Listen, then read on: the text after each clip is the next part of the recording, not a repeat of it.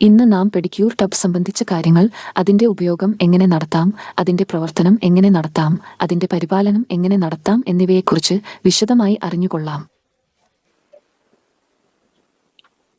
Main switch, അതിനുശേഷം നമ്മുടെ bubble കൂടെ നമ്മുടെ റെഡ് ലൈറ്റ് ഉണ്ട്, അത് രണ്ടും ഓൺ ചെയ്യും.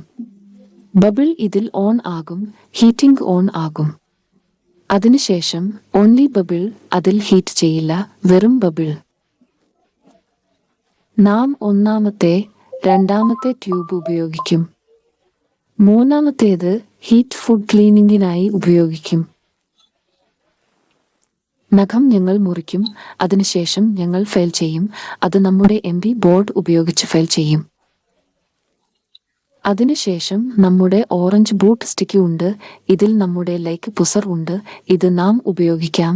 കൂടാതെ ഇതിന് ഒരു ടിപ്പ് ഉണ്ട്, അതിലൂടെ നാം എന്ത് ചെയ്യാം, നമ്മുടെ മേലെ ഏതെങ്കിലും ഡോട്ട് നാം ക്ലീൻ ചെയ്യും. അതിനുശേഷം നമ്മുടെ ക്യൂട്ടിക്കിൾ കട്ടർ ഉണ്ട്, ക്യൂട്ടിക്കിൾ ചെയ്യുന്നതും നമ്മുടെ നഖങ്ങൾക്ക് ശ്വാസം എടുക്കാൻ സഹായിക്കും.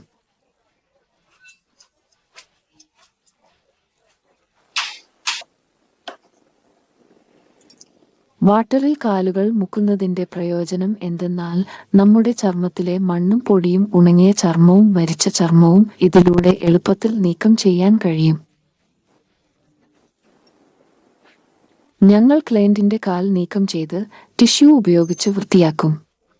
ഡിപ്പ് ചെയ്യുന്നത് ഡേറ്റ് സ്ക്രീൻ സോഫ്റ്റ് ആക്കി, തുടർന്ന് അത് സ്ക്രാപ്പറിലൂടെ ഹോൾഡ് ചെയ്യും. ഫുഡ് സ്ക്രാബർ ഇങ്ങനെ എടുത്ത് ഊഷ്മളമായി പുറത്തേക്ക് നീക്കണം.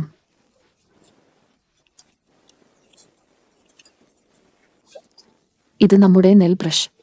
ഞാൻ ഇതിൽ ഷാംപൂ എടുത്ത് നെൽ ക്ലീൻസിംഗ് ചെയ്യും.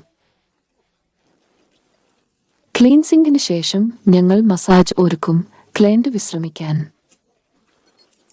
മസാജ് ചെയ്യുന്നതിന്റെ ഗുണങ്ങൾ: രക്തചംക്രമണം വർദ്ധിപ്പിച്ച് പേശികളിലെ വേദനയും മാനസിക സമ്മർദ്ദവും കുറയ്ക്കുന്നു.